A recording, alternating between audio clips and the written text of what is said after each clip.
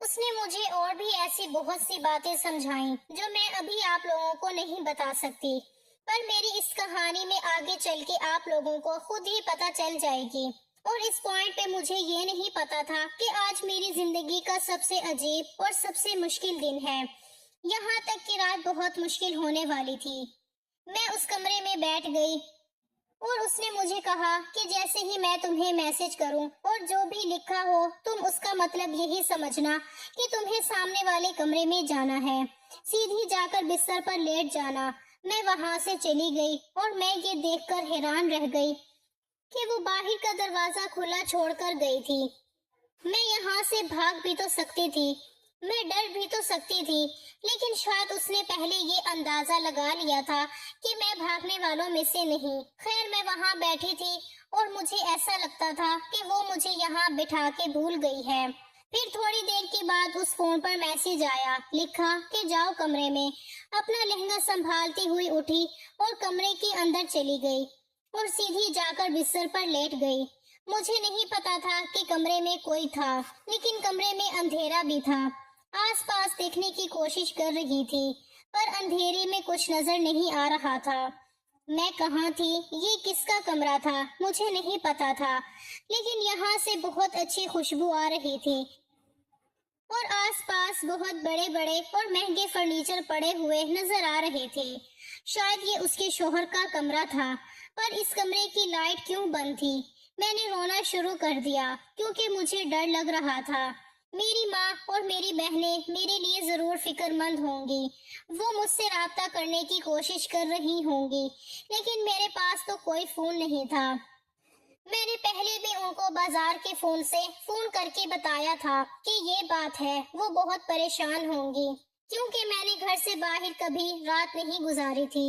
وہ بھی تھا، ان کو کیا پتا تھا کہ میں کس حد تک پہنچ گئی تھی، کیا کر رہی تھی۔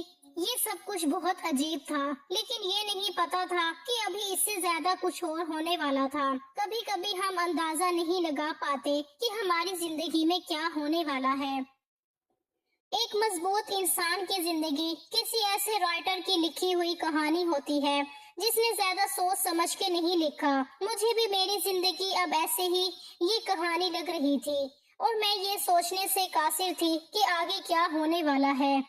اس کا شوہر کہاں تھا، مجھے اس کے کمرے میں کیوں بند کیا گیا، اور وہ خود مجھے یہاں بھیج کر غائب کیوں ہو گئی تھی۔ ابھی تک میں نے اس کے شوہر کو نہیں دیکھا تھا، ویسے اب وہ میرا شوہر بھی تھا، لیکن وہ تھا کہاں؟ تھوڑی دیر کے بعد کمرے کے دروازے پہ ہلچل کی آواز آئی ہوئی تھی۔ کمرے کے اندر داخل ہوا، اس نے بھی لائٹ آن نہیں کی اور وہ سیدھا باتھ روم میں چلا گیا۔ ایسا لگتا تھا کہ اس کو پتا ہی نہیں کہ کمرے میں کوئی بیٹھا ہے، اور مجھے بھی تو یہاں پر اسی طرح سے بٹھایا گیا تھا اور کہا تھا کہ تم نے ایک لفظ نہیں بولنا۔ اس نے باتھ روم میں بہت وقت لگایا، وہ کوئی گانا بھی گنگنا رہا تھا۔ اس کی آواز سے وہ مجھے 35 سال کا کوئی آدمی لگ رہا تھا۔ تھوڑی دیر کے بعد آ کر بستر کے دوسرے کنارے پر بیٹھ گیا، اور جب اسے پتا چلا کہ میں اسی کمرے میں ہوں تو وہ کہنے لگا، اوہ مصباح، تم پہلے سے ہی یہاں پہ ہو؟ صبح تو مجھ سے اتنا جھگڑا کر رہی تھی، لگتا ہے تمہاری عقل ٹھکانے آ گئی۔ میرا نام مصباح نہیں، میرا نام الشبہ تھا، لیکن اس کو میرے نام کے بارے میں کیا پتا، کیوں نہیں پتا تھا؟ ہمارا تو نکاح ہوا تھا، کہیں مصباح اس کی بیوی کا نام تو نہیں تھا، ورنہ وہ یہ نام کیوں بول رہا تھا؟ اور مجھے تو بولنے کا حکم نہیں تھا، مجھے تو کہا گیا تھا کہ تم نے کچھ بولنا ہی نہیں ہے، اسی لیے میں چپ تھی۔ وہ کہنے لگا، اچھا ٹھیک ہے، معاف کیا تم کو، تم عورتوں کو معافی مانگنی نہیں آتی ہے، اپنی غلطی کبھی نہیں مانتی ہو، بس منہ بنا کے بیٹھ جاتی ہو، اور ہم مرد تمہیں معاف کر دیتے ہیں، لیکن خیر ہے، اب ہم کیا کر سکتے ہیں، میں تمہارا شوہر ہوں تو مجھے ہی تمہیں منانا پڑے گا۔ خیر آج تم بول کیوں نہیں رہی ہو، اور یہ تم نے کیسے کپڑے پہن رکھے ہیں؟ شاید وہ مجھے اندھیرے میں دیکھنے کی کوشش کر رہا تھا، لیکن اچانک میرے منہ سے چیخ نکلی، میرا ہاتھ لیمپ پہ لگا اور روشنی ہو گئی۔ مجھے اس عورت نے کہا تھا کہ تم نے اپنے منہ سے کوئی آواز نہیں نکالنی ہے۔ اس شخص کی طرف جب میں نے دیکھا تھا، میں حیران رہ گئی، وہ بھی بری طرح سے حیران تھا۔ اس کے بعد جو ہوا وہ کچھ بہت ہی زیادہ عجیب تھا، لیکن جیسے ہی صبح کی روشنی پھیلی کسی نے دروازے پر بری طرح سے دستک دینا شروع کر دیا تھا۔ پتہ نہیں کون تھا، لیکن ایسا انداز تھا جیسے چور کے دروازے پر پولیس دستک دیتی ہے۔ تھوڑی دیر کے بعد دروازہ کھل گیا تو سامنے وہی عورت کھڑی تھی جو مجھے یہاں تک لے کے آئی تھی، اور اس کا نام بھی مصباح تھا۔ وہ اکیلی نہیں اور اس کے ساتھ ایک بوڑھی عورت، کچھ مرد، کچھ عورتیں بھی تھیں۔ کہنے لگی کہ یہ دیکھیں آپ کا بیٹا کیا کر رہا ہے، میرے ساتھ نکاح میں ہوتے ہوئے کسی اور لڑکی کے ساتھ اس کمرے میں۔ توبہ توبہ، دیکھیں یہ سب کچھ کیا ہے۔ میں یہ سن کر بہت ڈر گئی اور ان لوگوں کی نظروں کا شکار ہونے لگی، اور اس کا شوہر جس کا نام فرحان تھا وہ چپ چاپ کھڑا تھا۔ تو رشتہ داروں نے کہا کہ کل تک تو تم بڑے اچھے شوہر بن رہے تھے، کہہ رہے تھے کہ بیوی سے بڑھ کر میرے لیے کچھ نہیں، اور اب یہ، اس کا مطلب کہ تم غلطی پر ہو۔ وہ چپ کر کے ساری باتیں سن رہا تھا۔ اس کی بیوی بھی حیران ہو رہی تھی کہ یہ کوئی رد عمل کیوں نہیں دے رہا۔ پھر اس نے کہا کہ ہاں، اس میں برا کیا ہے، اس لڑکی کا تو میرے ساتھ نکاح ہوا ہے۔ مجھ سے ایک آدمی نے پوچھا جو ان میں سب سے بڑا تھا، کہنے لگا کہ اے لڑکی، بتا تو نے اس کے ساتھ نکاح کیا ہے؟ میں نے کہا کہ ہاں، تو مصباح نے فوراً کہا کہ کوئی نکاح نہیں ہوا، اسے کہو کہ ثبوت پیش کرے۔ میں نے کہا کہ آپ کے پاس ہی تو ثبوت ہے۔ کہنے لگی کہ میرے پاس تو تیرے نکاح کا ثبوت کیسے ہوگا؟ کیا میں تیری شادی اپنے ہی شوہر سے کرواؤں گی؟ میرا دماغ خراب ہے۔ کیا میں اپنے شوہر کی شادی کرواؤں تاکہ وہ مجھے چھوڑ دیں؟ یہ کیسی بات ہے بھلا؟ کون سی بیوی اپنے شوہر کی شادی کم عمر اور خوبصورت لڑکی کے ساتھ کرواتی ہے، اس شوہر کی جس سے میں اتنی محبت کرتی ہوں؟ یہ تو آپ سب لوگ جانتے ہیں۔ مجھ پر الزام لگا رہا تھا کہ میرا کسی لڑکے کے ساتھ چکر چل رہا ہے، لیکن اس نے کوئی ثبوت پیش نہیں کیا تھا۔ اب آپ لوگ ہی فیصلہ کریں، کیونکہ اب تو ثبوت آپ کے سامنے ہے۔ فرحان کے رشتہ دار اسے برا بھلا کہنے لگے، تم اپنی بیوی پر الزام لگا رہے تھے اور یہاں پر اپنے ہی گھر میں سب کچھ کر رہے ہو، لیکن اس کی خاموشی اور چہرے پر جو سکون ہے، اس کو دیکھ کے سب کو نہیں پتا تھا کہ وہ کیا سوچ رہا ہے۔ اس نے کھڑے کھڑے مصباح کی طرف دیکھا اور اسے 3 دفعہ طلاق دے دی۔ اس نے کہا کہ میں فرحان تمہیں طلاق دیتا ہوں، طلاق دیتا ہوں۔ سب لوگ حیران رہ گئے۔ مصباح دل پہ ہاتھ رکھ کے بیٹھ گئی۔ ان لوگوں نے کہا کہ ہمارے خاندان میں آج تک کسی مرد نے عورت کو طلاق نہیں دی۔ ایک تو نے غلطی کی اور اوپر سے ہم سب کے سامنے ایسے بھلی عورت کو طلاق دے دی۔ وہ کہنے لگا کہ بھلی عورت، اس بھلی عورت نے میرے خلاف پلان بنایا، اور اتنا گھٹیا پلان کہ آپ لوگ سن لیں گے تو آپ کانوں کو ہاتھ لگا لیں گے۔ یہ تو سچ میں میری بچت ہو گئی، آنکھ کھل گئی۔ اس لڑکی کا چہرہ دیکھ لیا میں نے، ورنہ کیا سے کیا ہو جاتا۔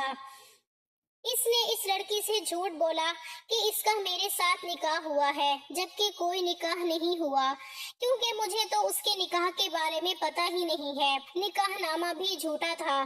بیوٹی پارلر میں بیٹھ کے کون سا نکاح ہوتا ہے؟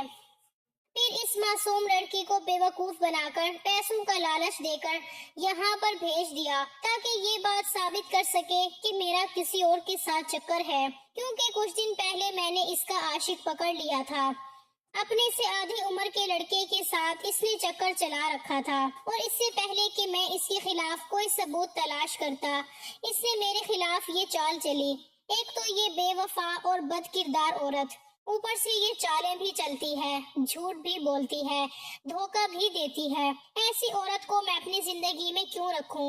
اب میں اسی لڑکی سے شادی کروں گا، یہی بنے گی میری بیوی۔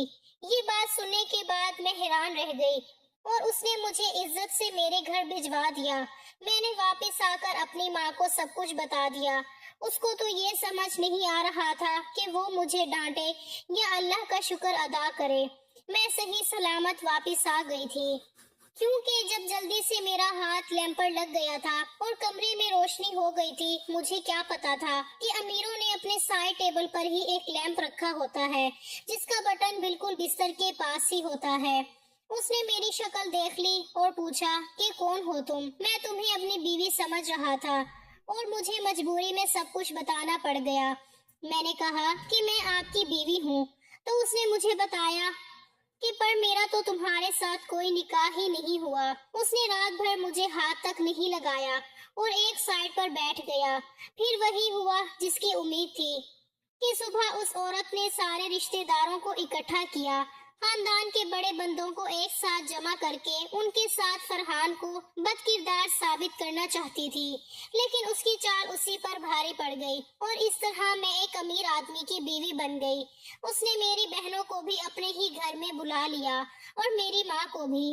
اب وہ سب لوگ یہیں پہ رہتے ہیں اور اس نے میری بہنوں کی بہت اچھی جگہ رشتہ بھی کروا دیا، جن کی شادی ایک ہی دن ہوئی اور وہ خوش ہیں۔ اب میری ایک بہن رہ گئی ہے، وہ پڑھائی کر رہی ہے اور میری ماں کا علاج بھی کروا رہا ہے۔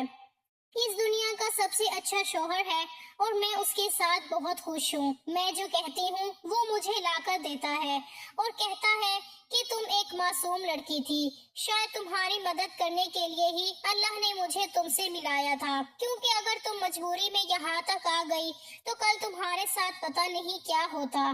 اور وہ ٹھیک کہہ رہا ہے کہ واقعی میرے ساتھ کیا ہوتا اگر وہ میری مدد نہ کرتا۔